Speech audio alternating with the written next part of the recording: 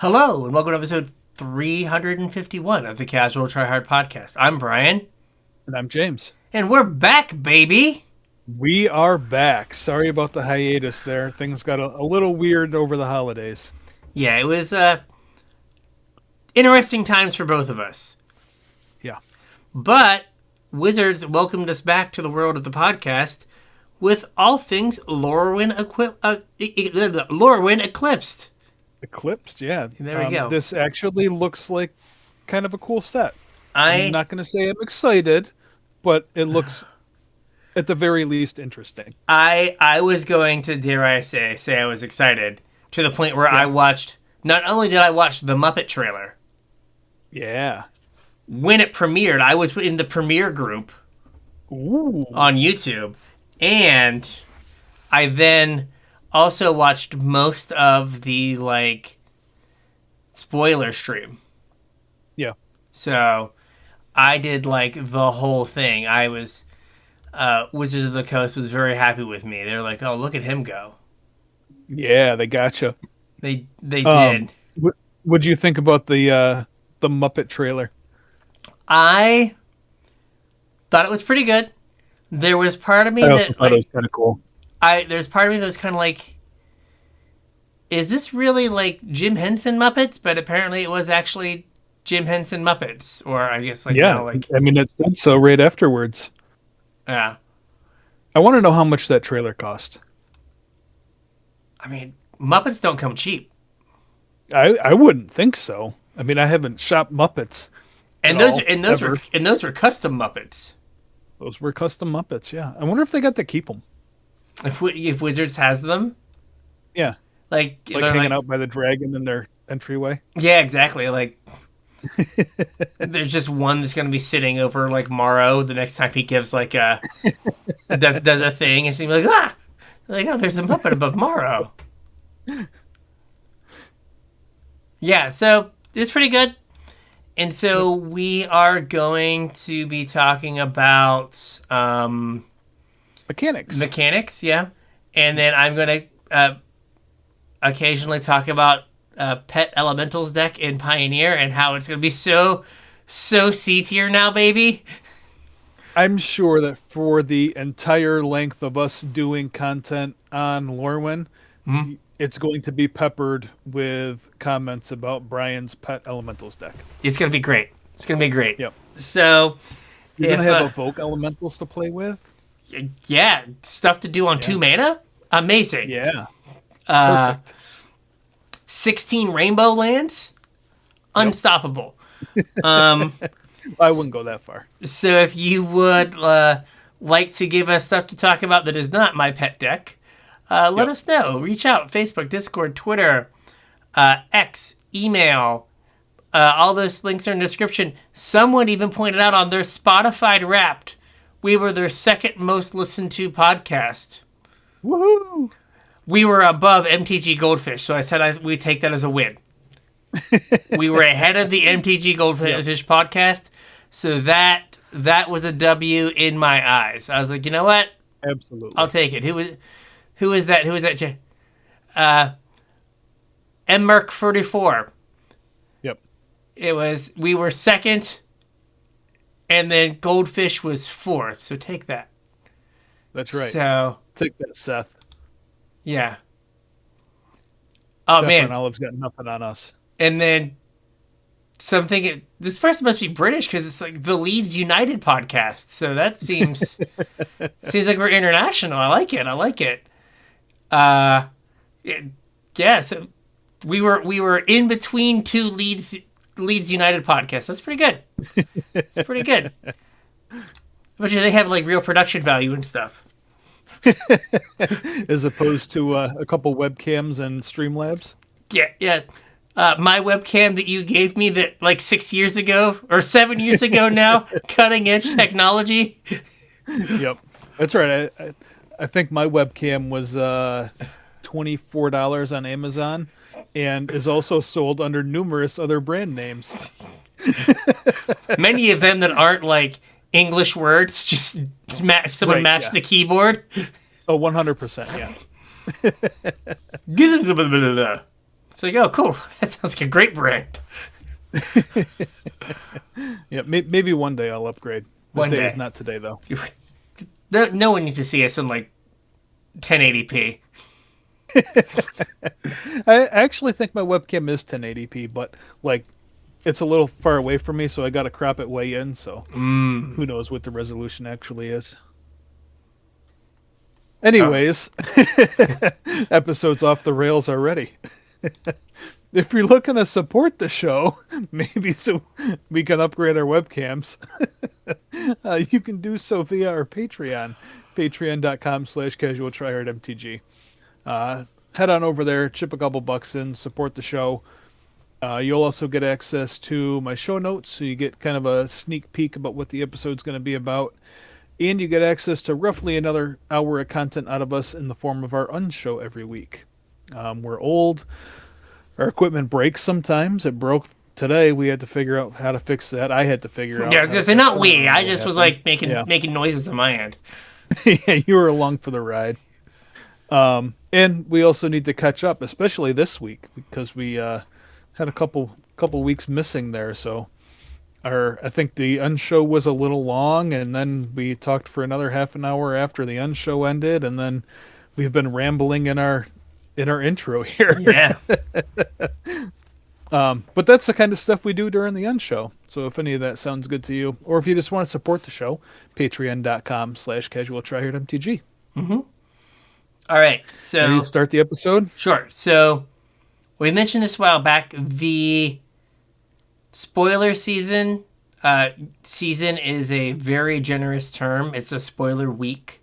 So yeah, today the streamer event is 10 days from today. Yeah, and spoilers started today, and they end on Friday, event right? Is 10 days. Yeah, and they also like it seemed like the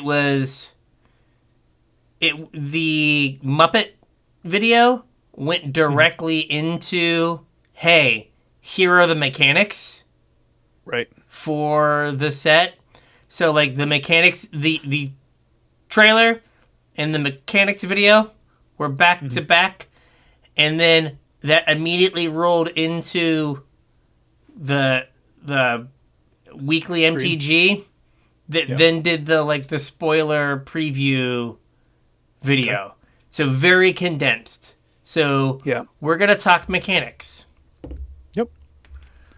No, the only thing I watched was the Muppet video, so I didn't watch any of the weekly MTG stream. Yeah. Again, I was a good little magician. I did everything that Papa Rosewater told me to do. Yep. So. All right.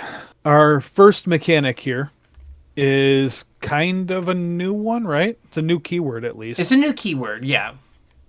And it's vivid. Vivid is an ability word that highlights abilities that care in some way about the number of colors among permanents you control. It's kind of a mouthful. Mm-hmm. The number will be between 0 and 5. So if you only have lands out, or lands and artifacts, some artifacts, or lands in devoid cards, it will be 0. If you have a whole bunch of colors, it can be up to 5. Won't ever be more than 5. We don't have more than 5 colors of Magic cards currently, although free purple. Give it a year and see where we are then. Each vivid ability uses this number in a different way. And I mentioned there's colorless cards, so like it can be 0. But also remember that cards with hybrid mana are more than one color, even if your deck isn't that color. Yes. And there are hybrid cards in this set. There are a lot of them. Yeah. So if you have like a black-blue hybrid card in your mono-blue deck, it would still count as 2 colors for vivid. Yeah, like you could, in Limited, you could like have all islands and be at like 3 or 4 colors. Yep. Because you have like a red-blue hybrid card and then a green-blue and a blue-black. And you're like, oh, hey, I got like 4 with only islands on the board. Yep. So our example is Shine Striker.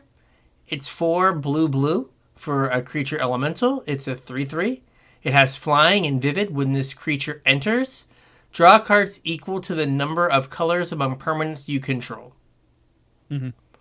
So, like, this one's just like, count whatever that number is, take the many cards off the top of your deck, put it in your hand. Great. Yep. What is the guy who does the weekly MTG? What is his name? The guy who's always there?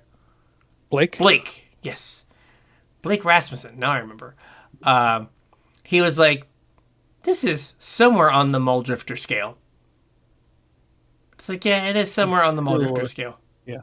I mean, it's blue and an elemental and it draws cards, but it is somewhere on the elemental on the Muldrifter scale. So is it Cloudkin Seer?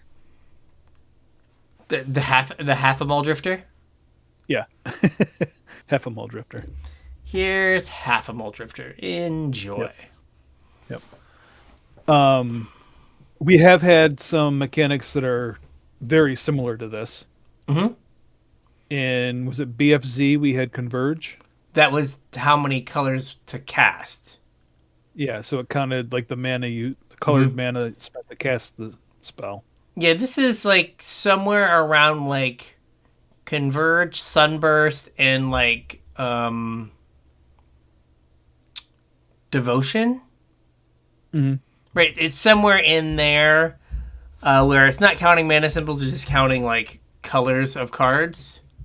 Yeah. So, and there was also Domain, which is types of lands, like land types, which also topped out at 5. Right. So, yeah, it's like Domain for colors. Yep. Like, looking at the set, at least in Limited, there's a ton of ways to inadvertently get a bunch of colors in your deck that you're not like having to try real hard. And a card like this that's 6 mana, by the time you get to cast it, you're probably going to have 2 or 3 different colors of cards on the battlefield. Now, now this is when this enters, draw cards equal to the number of. So if this enters and the trigger goes on the stack, and then they kill your only green card, then you're down a color. It checks when it goes on this. It checks at resolution. Right. Okay. So you'd be down a color yourself. That is my understanding of how it works. Yes, I know that there's like when there's a comma or if there's an if or something. It but yeah, I think just like it would get rid of it. Yep. So if you were vividing, know that they can like kill your permanent, and you are less rainbowy. Anything else about Vivid? No, I mean it's pretty straightforward. I think it's pretty straightforward. This screams like Limited mechanic. I mean, maybe not. You mentioned, I forget if it was during the unshow or when we were kind of rambling before we started the show. The was it Ley Line of the Guild Pact or whatever? Mm-hmm. The one that makes everything 5 colors. Yeah, I mean depending on what some of these Vivid abilities are, like that card are already like unironically sees some play. Mm-hmm. There is like a 1 in a red 1/1 elemental that has Vivid. When it enters, deal X damage, where X is the number of colors among permanents you control. So like if it's like a 1/1 that deals 5. Yeah, that's pretty good. We'll take that. Sure. Yeah. So interesting. Yep. All right. So moving on from Vivid, we have Blight. Mm-hmm. Now, this is kind of a long one because there's like some preamble. Okay. And I feel like a large portion of the set is designed around this. Mm-hmm. So I think it's okay to spend a couple more minutes on it. And I've kind of broken it out into 2 parts because Blight. Well, let's talk about Blight first. Okay. Blight includes a number and is often phrased as a cost you pay. So it's a Blight N. You put N -1 counters on a creature you control. That creature is not targeted So you choose which creature will get the counters as it resolves, not like when you put it on the stack. And it doesn't matter how big the creature is. You can put more neg 1 counters on it than the creature can hold. So if you had like a 1/1, you could put 6 neg 1 counters on it for blight, and it would still resolve. If it's all at one time, like you can't. Like, Right? Yeah, yeah. Per one blight yeah, so there's like trigger there's like activation, whatever. one card that's like blight 2. So if you have Yeah. a 1/1, you can put 2 -1/-1 counters on it because they go on at the same time. Yep.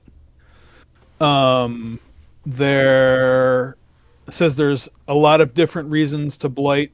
Often it's a cost you pay, like to activate an ability or as an additional cost to cast a spell.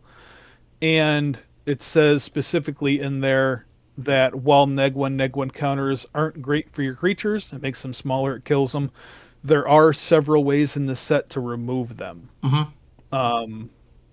These effects not only relieve the counter's power and toughness penalties, but also have effects that are benefits as well. So if you remember back to, was it Hour of Devastation? I think so.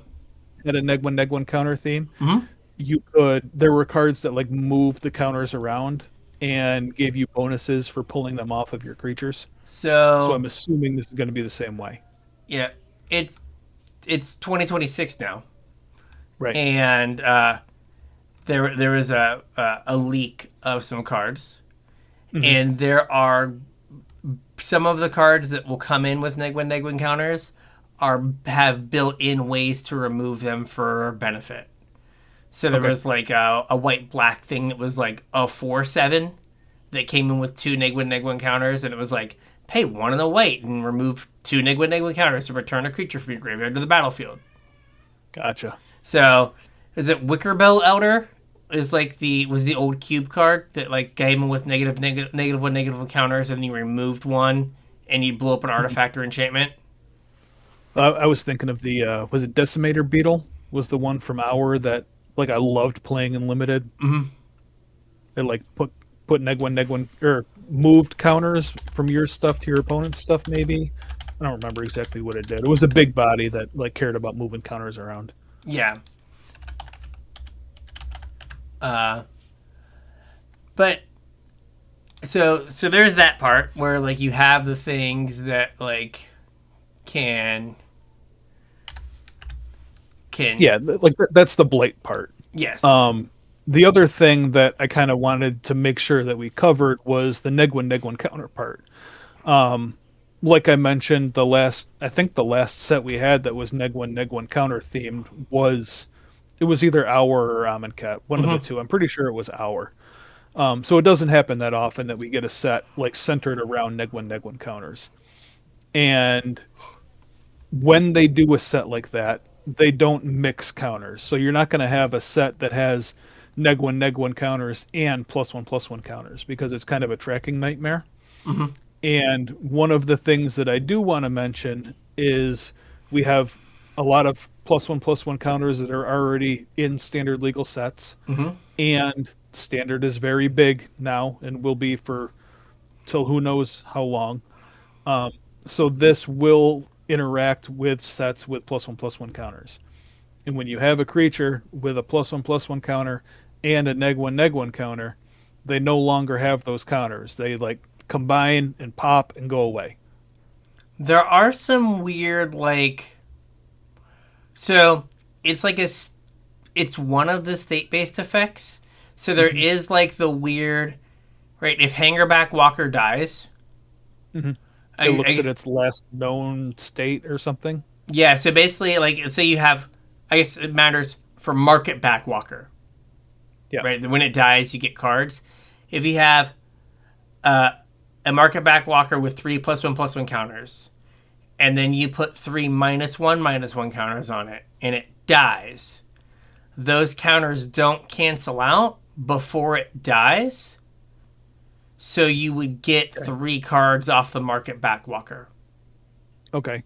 But if you had a card with neg 1 counters on it that you were planning on using for some benefit, and you also had given it +1/+1 counters. You couldn't use those counters for the benefit because they wouldn't be there anymore. Exactly. Like there's a moment where they're like still there, and then like state-based actions happen, and then they go away. Yep. But like if you're going back to market back, if you had a 4/4 market back walker with 4+1/+1 counters, and you put 3 -1/-1 counters on it, you end up with a 1/1 market back walker that has 1+1/+1 counter on it. They go away because having 2 types of counters on it for any appreciable amount of time, see Tracking Nightmare.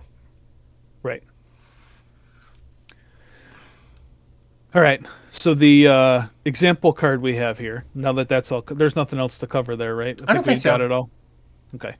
The example card that we have here is Dawn Hand Dissident. It's a single black mana for a 1/2 elf warlock. You can tap it and blight 1.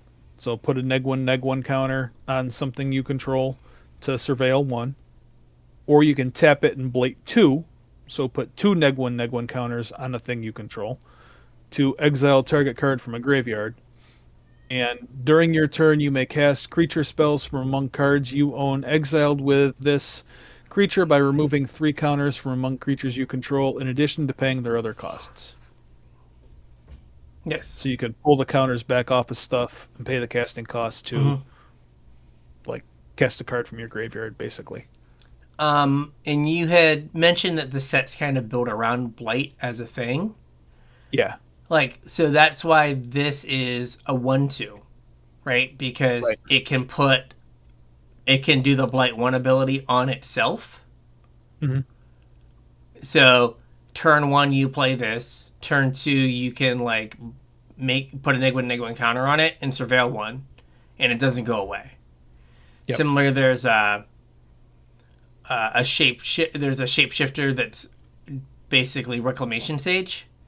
Mm-hmm. Right, 3 mana, so 2 and a green, and it enters and destroys an artifact or enchantment. Reclamation Sage is a 2/1. This card is a 1/2 because you have that extra point of toughness to be able to put a counter on to do your other stuff. So there's gonna be a lot of things that gonna be a lot less X1s. Because they all just die to a -1/-1 counter and don't do your things. Right. There's another mechanic that cares about -1/-1 counters, and I think there's a third, but we'll get to that later in the episode. Yeah, and so like for this card, it doesn't care where the -1/-1 counters came from when you remove them. Well, they don't even have to be -1/-1. Oh, it's just any counters? Just 3 counters. Okay. So they could be +1/+1 counters. They could be flying counters. They could be lifelink counters. Gotcha. They could be loyalty counters. Well, that's what I was just thinking. Could they be loyalty counters? Like if you had a Gideon or something? You may cast by removing 3 counters. Yeah, I mean, it would be a creature. I would assume you could remove loyalty counters. Yeah. Unfortunately, Wizards of the Coast are cowards, and all these cards that they're printing say from creature, not from permanent, not from land, from creature.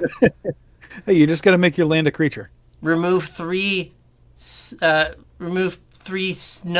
or ice counters, please, and thank you.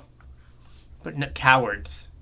Hey, maybe we're due for a redesign where you have to turn your Dark Depths into a creature before you. There we go. Before you make mom. They're gonna rebuild it. You just gotta.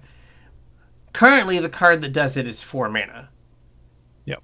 But there is a white card that says white tap, remove all counters from target creature. Mm-hmm. So if we turn mom into a land, then the new Reese does the thing. Yep. It's like, why couldn't it say permanent?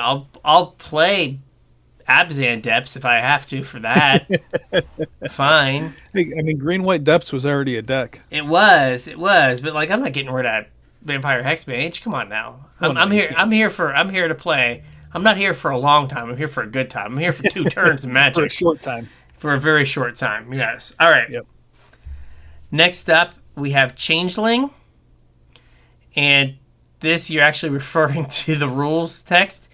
So changeling, the changeling keywords allows the card that has it to be every creature type. For every creature type that's actually on the list, that list is kept in this rule section, Rule 205.3M.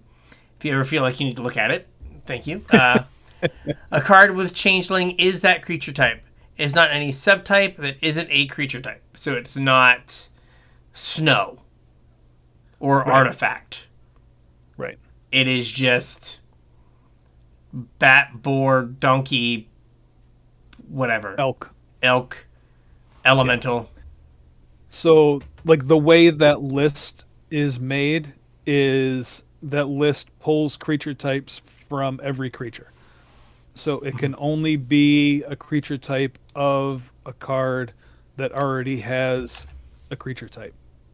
So when they make a new creature type, it's added to the list. But that list doesn't include things that haven't been on a card. Yeah, so it's only you can't see like, oh hey, this is I was gonna say axolotl, but we have an axolotl.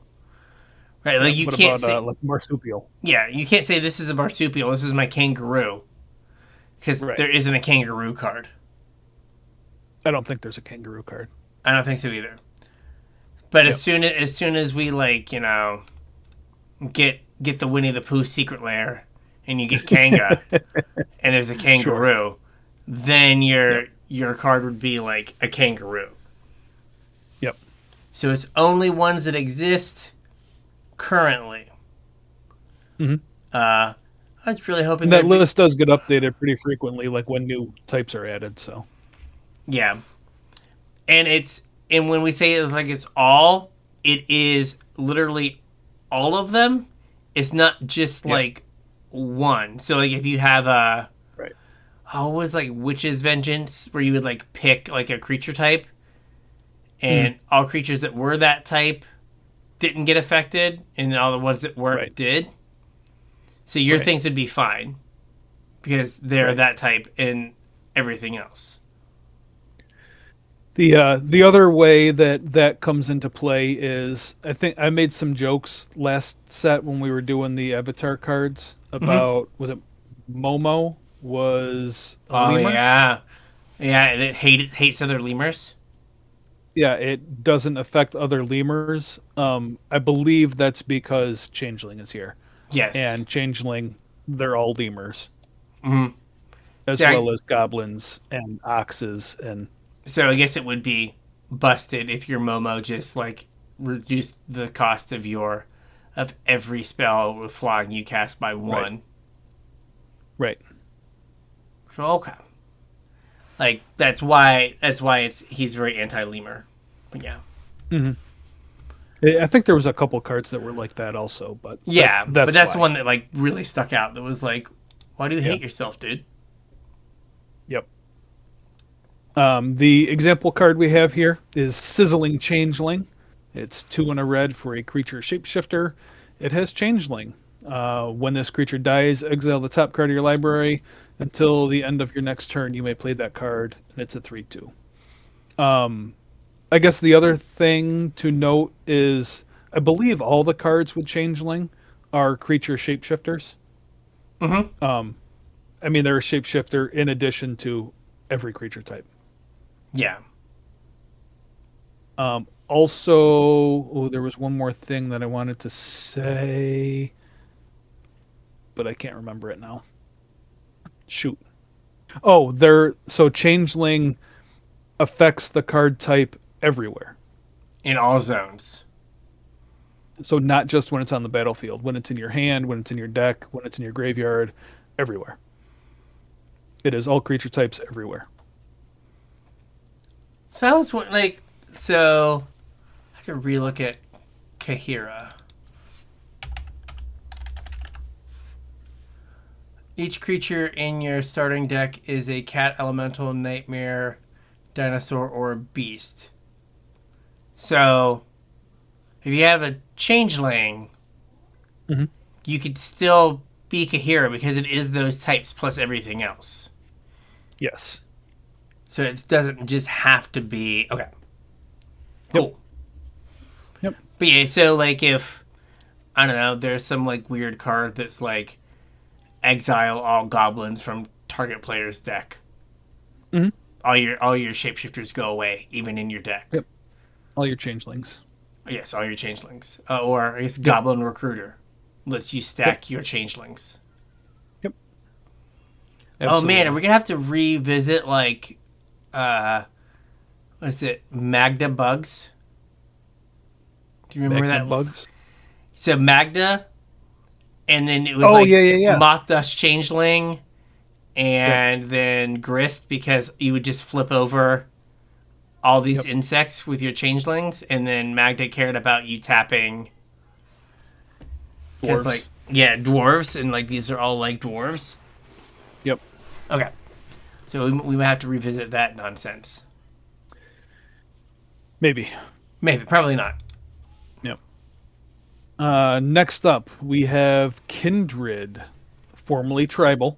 Mm-hmm. So there were some cards from the previous Lorwyn that had a super type Tribal. So it was like Tribal Enchantment, Tribal Instant, Tribal whatever, and then a type. They have renamed Tribal Kindred, so now we have Kindred spells. It's a card type that's added to non-creature cards to allow them to have creature types. The example we have here is Bogart Mischief. It's 2 and a black for a Kindred enchantment goblin. And when this enchantment enters, you may blight 1. If you do, create 2 1/1 black and red goblin creature tokens. And whenever a goblin creature you control dies, each opponent loses 1 life and you gain 1 life. So this is a goblin everywhere, in your deck, in your hand, in your graveyard, on the battlefield, but it's not a creature. Mm-hmm. So when it enters, it would trigger something that says like when a goblin enters. Right. Something happens. But not when a goblin creature enters. Mm-hmm. Okay. You can you mentioned Goblin Recruiter can find this because it's a goblin. Yes. There's a card that cares about like creature types out of your graveyard, right? I think so, yeah. I forget what it is, like if it cared about goblins, this would work with that. Mm-hmm. It like Kindred also matters for Delirium and like Tarmogoyf. Mm-hmm. Because it's an additional type of card. Anything else for Kindred? I can't think of any other corner cases. So, Cavern of Souls in Secluded Courtyard. Oh, yeah. So, like, Secluded Courtyard says, when Secluded Courtyard enters, choose a creature type, and then it's tap, add 1 mana of any color, spend this mana only to cast a creature spell of the chosen type, or activate an ability of a creature or creature card of the chosen type. It's very specific to creature. So even though this is a goblin, it is not a creature. So you couldn't get black mana from Secluded Courtyard or from Cavern of Souls to cast this card. Yep. What about who was the other one? Undiscovered Paradise? No, that's not the right one. Unclaimed Territory? Unclaimed Territory. And is that one creature also? I will look.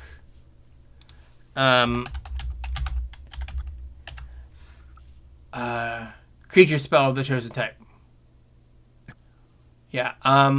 There was a big leak and there is another like Secluded Courtyard type card with a different name.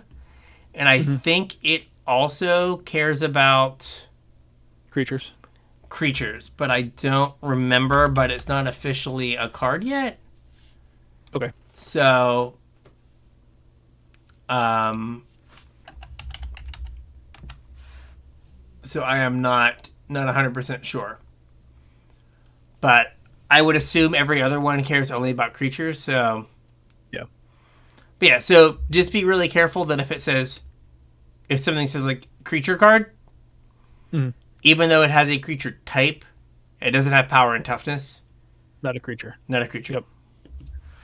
So if you animated this, though, then it would be a creature with the relevant type. Yes. Okay. I think that's it. I think so as well. Okay. Moving on then. Next we have double-faced cards. So we've had a whole bunch of variations on double-faced cards recently. All of the double-faced cards in this set are what's called non-modal double-faced cards, previously known as transforming double-faced cards.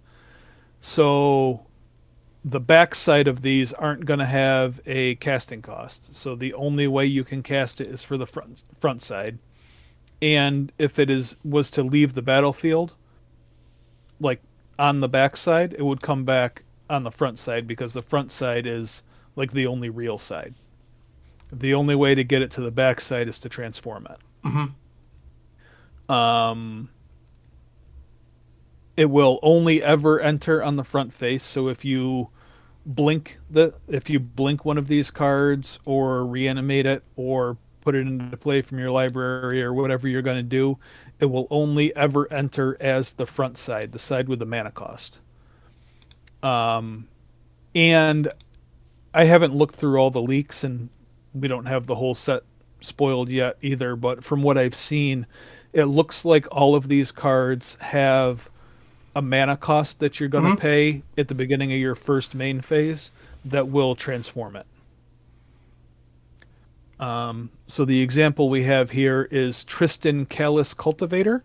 It's 2 and a green for a 3/4 legendary elf druid with Death Touch. Whenever this creature enters or transforms into Tristan Callous Cultivator, mill 3 cards. Then, if there's an elf card in your graveyard, you gain 2 life. It also has that little rider I just talked about. At the beginning of your first main phase, you can pay a black mana. If you do transform Tristan, and it transforms into Tristan Penitent Color. It is also a 3/4, but it's black now. It's an legendary elf warlock. Still has Death Touch.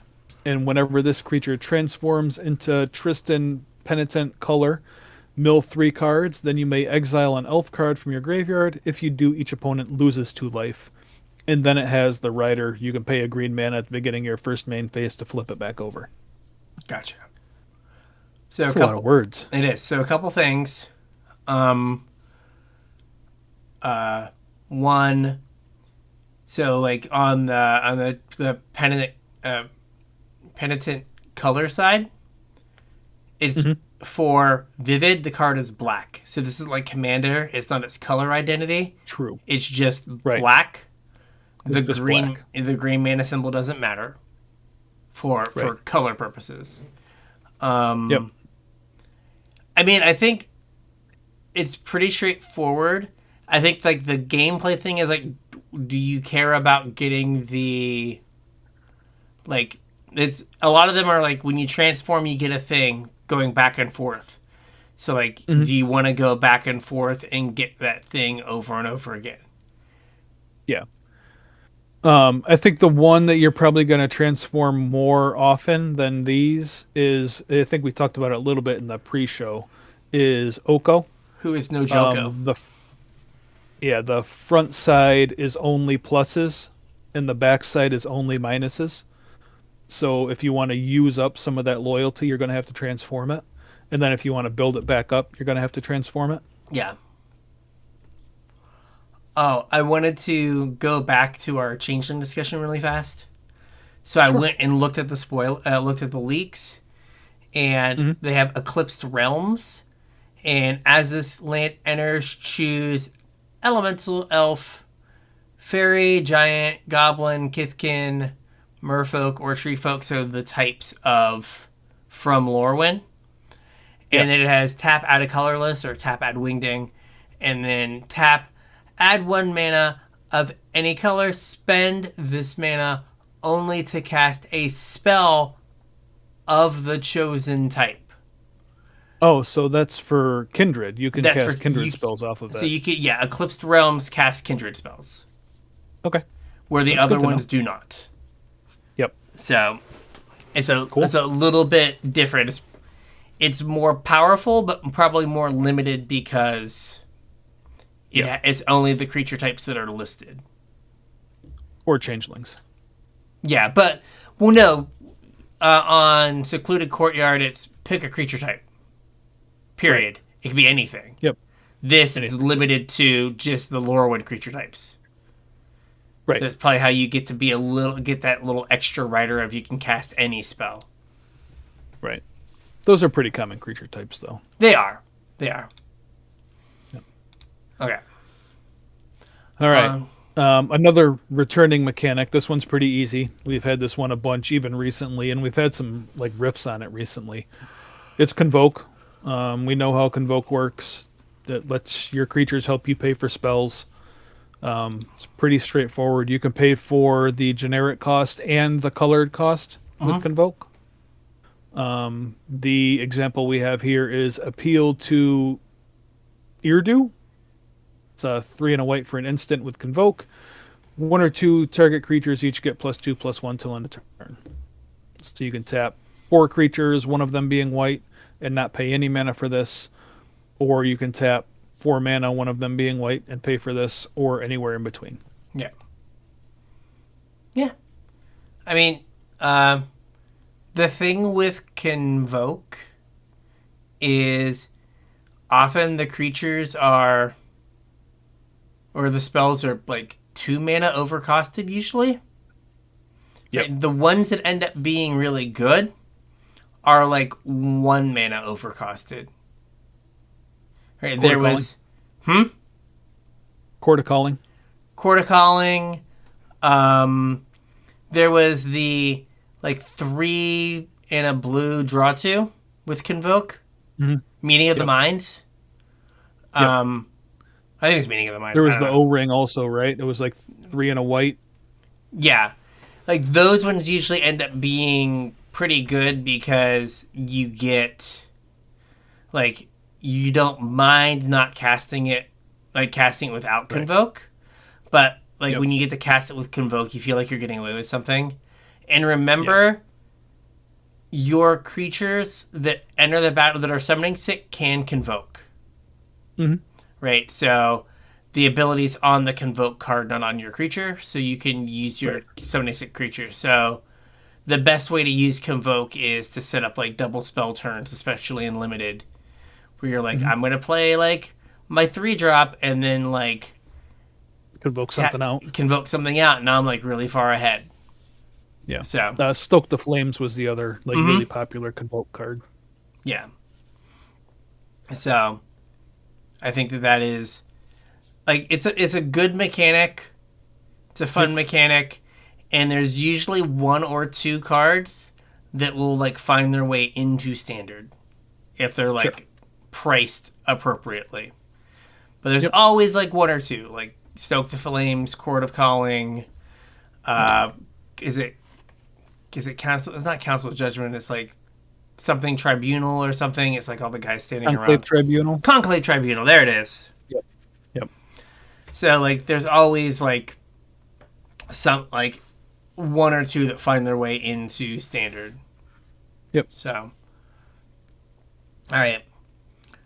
Next up, we have Behold.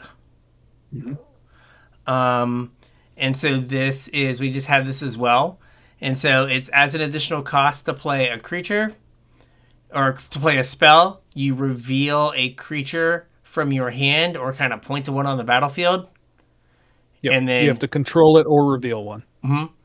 And then you get an additional effect. And so we have Champions of the Perfect. It's 3 and a black for a 6/6 elf warrior. As an additional cost to cast this spell, behold an elf and exile it.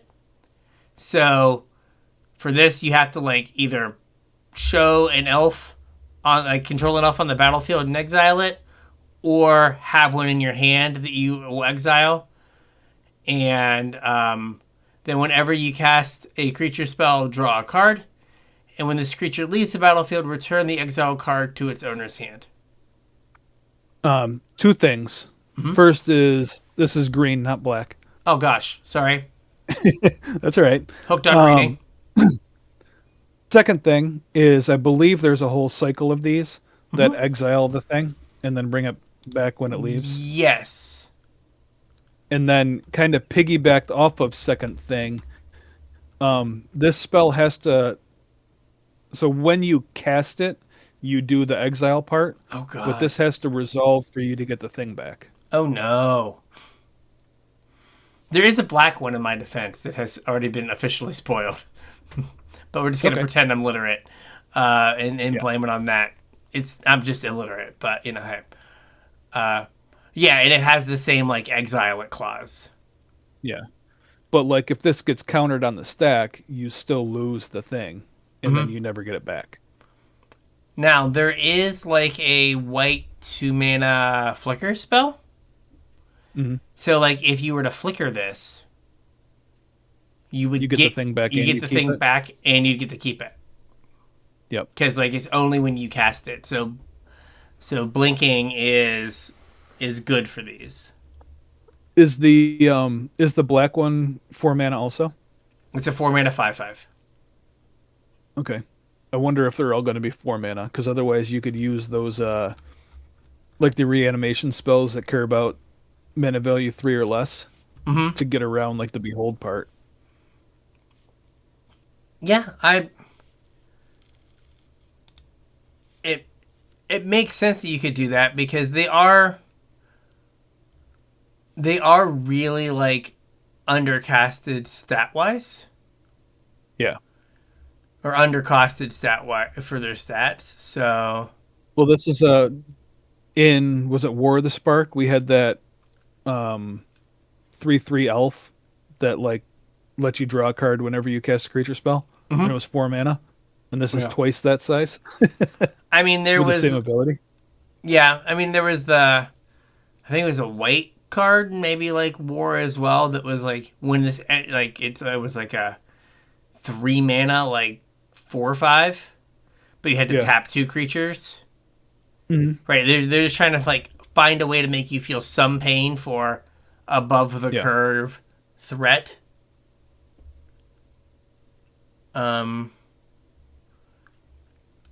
Yeah, I mean, this card is a complete and utter beating if you play against a counter spell. It's also like this one you can kind of convince yourself that you can get your money back. Right, you can get that card back. But imagine a game where you do the behold thing, you exile your card, and they pacifism this. Oh yeah. Or they like water knot it or whatever and just tap it down. Yeah. Like that's just like a hard 2-for-1. Like you're 2-for-1ing yourself when you play this with like the hope of getting it back. But if like the game, if they have a bunch of flyers and they can chump this, right, then you 2-for-1 yourself. Yep. And then, like, if the game ends before this dies, it's just a 2-for-1. Now, a 4-mana 6/6. Oko's back. Is Oko still elking things? Like, what if this gets elked? If it gets elked, it loses the ability to get the card back. Right. Okay, so there are random Strixhaven students around. One of them is Abigail Eloquent First Year. It's white, black hybrid for a 1/1 with flying, first strike, and lifelink. And when Abigail enters, up to one other target creature loses all abilities. Put a flying counter, a first strike counter, and a lifelink counter on that creature. Now, not that you want to turn this into a 6/6 flying lifelink first strike. But if it loses all abilities, and then they kill it, you don't get your card back. Don't get the card back. Because the text box becomes empty. Right. So, and like reprieve or remand, where it just gets bounced back to your hand. Like you have to exile it, and then they're like bounce it, like return it when it's on the stack. You're donezo. Like okay, cool. Like you can't cast that card. You can't cast this card ever again, and you lost the other one. Right. This probably not going to make it into standard. And Probably not. Are they even good in limited with the fact that you have to like you're putting so many like eggs in one basket? Probably, because I think the chances of you not getting your card back are pretty small and limited. Fair. And even like I'm trying to think about cards that we've had lately. Even like the pacifisms that we've had recently have like had a way to get the creature out from under them. Mm-hmm. So Yeah, I know. I don't know. I think we'll have to see what the rest of the set looks like before we can make a call like that. Yeah, but it just seems like, or like if it became a legitimate business person, Yeah. right? Like then you're just like, oh, I'm legitimately screwed. Or there was like an When they made it avatar, like an O2 doll or whatever. there's like there's one in an avatar that's the same thing as like becomes an O2 or whatever. Yeah. Yeah, so those kind of effects are problematic and counters. Mm-hmm. But like if this set doesn't have like in limited doesn't have a bunch of counters, then maybe you're like okay. But yeah, it's scary. Yep. Like so this is like a riff on Champion. Yes. For Like, people that remember what Champion was. That was basically you just had to exile a creature on the battlefield. And also, like, unless the creature you are beholding, like, is, like, great and you want to recast it if this thing dies, right? You don't want to be in a situation where you played a 3-mana 3/3 no abilities. And then next turn play this card, exile that off the battlefield. Right now, this card costs 7 mana effectively. Yeah, no, you want something like an Elvish Visionary, where you paid 2 mana to draw a card, and then you exiled it, played this, hopefully drew another card or two off of it, and then when it dies, you get your Visionary back, and you get to draw another card. Yeah, like you want to like avoid like. You don't want to like get rid of a creature on the battlefield if you can help it, right? Like if this card read like 3 and a green, like it's additional cost, you have to sacrifice a creature. You'd be like, oh, I don't know if I want to play that, right? Right. So it's kind of in the it's a same lot harder pill to swallow. Yeah, it's kind of in the same ballpark of again like if this thing dies, then you're still down the mana that you used to put that creature onto the battlefield. It's always gonna be way better to behold something from your hand. Yeah. But from just as kind of a quick aside, from the way the article read, they're not all going to be exiling the thing. Some of them just care about you having the thing. Okay. So at least the two rares I've seen. Yeah, I think there's going to be a cycle that wants to exile the thing, but Okay. I don't think that's all of them. Gotcha. I've not seen it anywhere else, but again, this is just the first day of stuff. Yeah. Well, I'm going to let you take this next one because I think it's going to fit into your... Fit into my little world? Yeah, my C-tier Pioneer deck. I want to make a C-tier deck in a format no one plays. Let's go. All right. Let's do it. Evoke. So, Evoke is an alternative casting cost for the for a creature, and when that creature enters the battlefield, it immediately gets sacrificed. So typically there are an enter the battlefield ability that happens when that creature comes into play. So you basically get a spell-like effect from the creature entering, and then it goes away. So we have a cycle of seemingly a cycle of, it's not finished yet, of elementals that have evoke, and there is a long history of there just being one-word names that are about some sort of abstract thought or emotion or feeling. So the red-green one for the set is Vibrance. It's 3 red-green hybrid. When this creature enters, if red-red was spent to cast it, this creature deals 3 damage to any target. And then another paragraph, when this creature enters, if green was spent to cast it, search your library for a land card, reveal it, put it into your hand, then shuffle. You gain 2 life, and it has evoke for red-green. So, this card you want to, if you evoke it for red, you get a sorcery speed deal 3.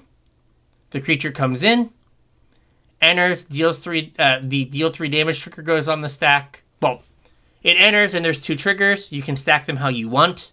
Yep. Depending on the situation, it'd be like deal 3 damage, then sack my thing. And then you'll deal the 3 damage, then your thing will be sacrificed.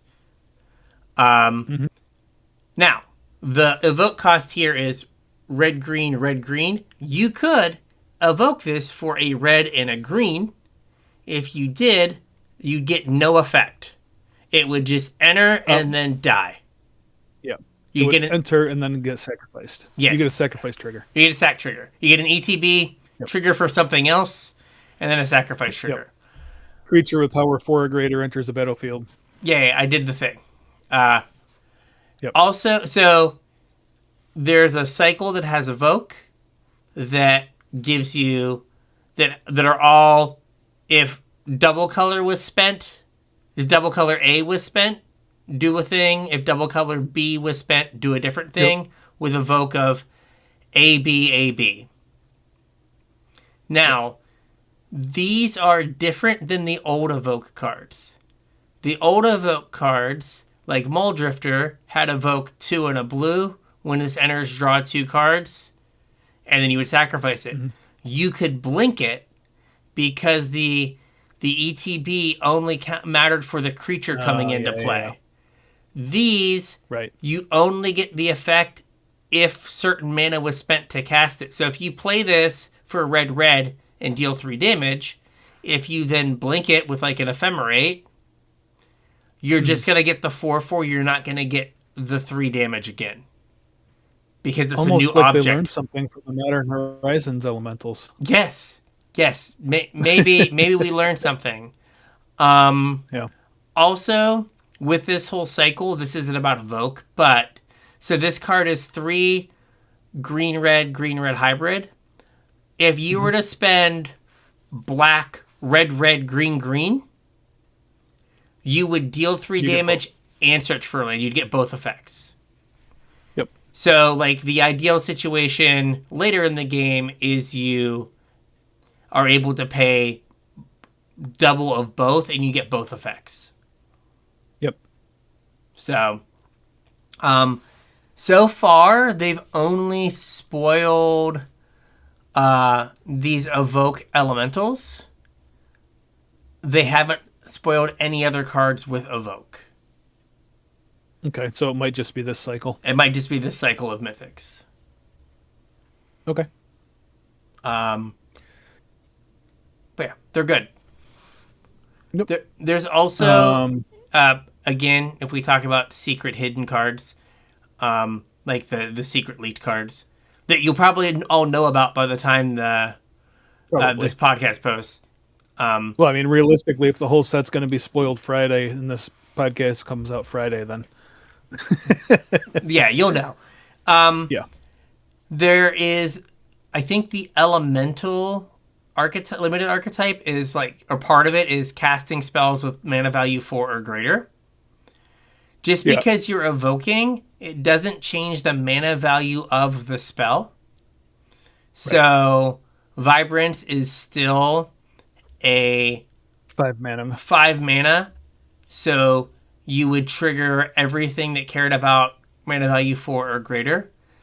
Also, is what's it called? What is Throne of Eldraine still in standard?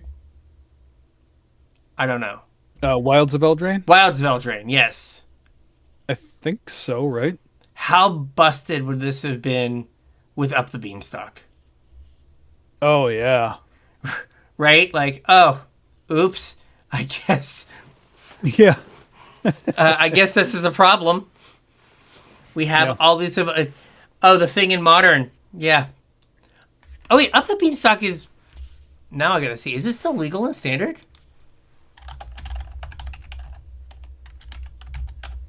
I don't even know anymore. It is banned in Standard. Okay. No, I don't think so.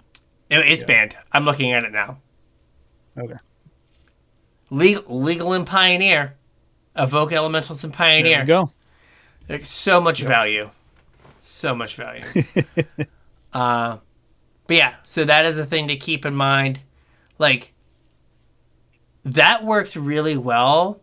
Remember the Beans deck that cared about having creatures in the graveyard and beans? Well, these are cheap things to do that also put creatures in the graveyards that also triggers your beans. Definitely. There you go. Beans is back, baby. Bean Master Race. Beans 2.0. Beans 2.0. Or 3 or 4.0 at this point, I think. There's been a bunch of iterations on that deck. But, thing to think about. Again, like, if you evoke your thing and someone has a Disdainful Stroke, you get got. Right? Because it still has mana value above 5. But there's Spell Snares in this set. So if you evoke this for 2, you can't get Spell Snared because the casting cost is still... The mana value is still 5. Okay. I think that's all the evoke stuff. I think so, too. We have 1.5 more mechanics to go. Okay. And we've brought it full circle. We're back to talking about neg-1 counters. We did it. The last official mechanic is Persist. Why is this card? Oh, because of the backside. I see. When a creature with Persist dies, if it had no neg-1 counters on it, it returns to the battlefield under its owner's control with a neg-1 counter on it. So this is a returning mechanic. We've had it before. It's what the card Persist does, basically. It kind of calls back to what we were talking about earlier, because a way to abuse this is to put a +1/+1 counter on the creature, and then those counters pop out of existence and it can persist again. The example we have here is Erdu, Carrier of Dawn, 3 white for a 5/5 legendary elemental god. Flying and lifelink, creature spells you cast have Convoke, and at the beginning of your first main phase you can pay a black. If you do, transform it. And the backside is still a 5/5 flying lifelink called Isilu, Carrier of Twilight. And each other non-token creature you control has Persist. And then you can flip it back and forth by paying a mana at the beginning of your first main phase. Like I said, it calls back to kind of the neg-1 counter theme we have going on here. The half mechanic that we have to talk about is Wither. I swear when I was looking through cards earlier, I saw a card with Wither, but when I was typing up the episode, I couldn't find it. I also swear I saw a Wither card as well, and I can't find it, so... Yeah.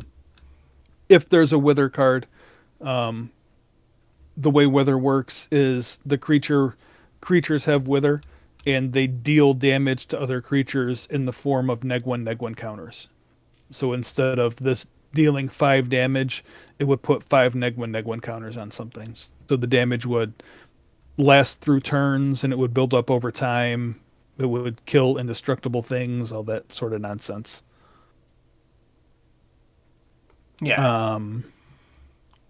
I think there's too much else to talk about Persist. It's pretty straightforward. The ways to abuse it are pretty straightforward. Yeah, there's the new Reese. Mm-hmm. Again, I think that's like a not official spoiler. But Okay. the new Reese, it enters and gives something persist for the turn, and then you can pay 1 of the white, and you can remove all the counters Right. from a creature. So, yeah, I could swear there was a Wither card. Yeah, I thought there was earlier, but I couldn't find it, so I didn't want to officially talk about it if it wasn't in the set, but I swear it was there. It seems odd that we both had the same, like, hallucination. Yeah, That, like, oh, hey, there's a Wither card. but then there's not. And then there's not. It seems very odd that we both were like, oh, yeah, I smell burnt toast. We both had a stroke at the same time. Same time. With the white light that we walked towards was the card that said Wither on it. It's just very weird. Very weird that's how it went down. Yeah. Yeah, I could swear it was like on like 1 card. Well, But we don't have the whole set yet. It might be more prevalent than that, or it might just be 1 card, or maybe we both made it up. Who knows? maybe we both made it up. It seems equally likely. Yeah. So, yeah, it's I don't know if they can like put persist on a bunch of cards, just because like persist is like easily broken, Yeah. like super easy to break. So, Yeah, I mean something like, was it Grumgully? yep, Was like 1 red green for a 3/3 goblin, and whenever a non-human entered, you put it a counter entered on with a it. counter on it. Like, that's just, your stuff never dies if it has persist. Yep, it just always comes back. Yep. Our example card Urdu, there are already like, not that it's hard, but there are already like, oh hey, Any number of things go infinite with it. yeah, here's how you go infinite with it in Commanderland, and it's like, okay, like, Yeah. not that hard, but okay, Yep. yeah. And like you said, Wither is pretty straightforward. That's you read the card. Reading the card explains the card. Basically. It's infect, but it doesn't kill your opponent. Right. Only affects creatures. Only affects creatures. So, I think this set is. It seems interesting. Mm-hmm. It's done what I would like it to do, which is give me like some cool cube cards and like extra things I can do in the cube. And again, And some elementals. and some elementals. We can C plus deck. Here we come. I Yep. notice I went from C to C plus. Eventually we'll get to B-. Yeah, and in like Maybe by Friday. Yeah, in 6 months I'll just like here's the A tier Pioneer deck. Yeah. No, I can't play at instant speed. Leave me alone. That was not required. Thank you very much. Yep. So, yeah, no, but it seems good. It seems interesting and like better. Like, if you look back at the like recent sets, there's only been like 1 true dumpster fire. Yeah. Right, and that was Spider-Man. Like Final Fantasy was really good.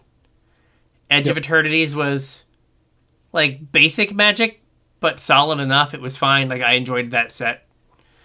And then Avatar was really good as like a limited set, and like this seems like it is leaning to the like good to very good side of things. Like we'll see how like the limited plays out, but it seems pretty solid. Yeah, I think it'll be a solid limited set. I mean, we'll see. Once we see some more cards, we can do a limited quickie, and Yeah. we'll go from there. See how we doing time wise. Oh, we're over an hour. Okay. Yep. Just real quick, they made some of the changes I suggested for the cube. Maybe we'll talk about them next week. Maybe we'll see. But they made some of the changes. Yep. So we'll at the very least talk about it during the pre-show. show. Yep. Or the unshow. That's correct. Got to work on that. I gotta stay on my branding on the unshow. So with that, I think that's the show. That's the show.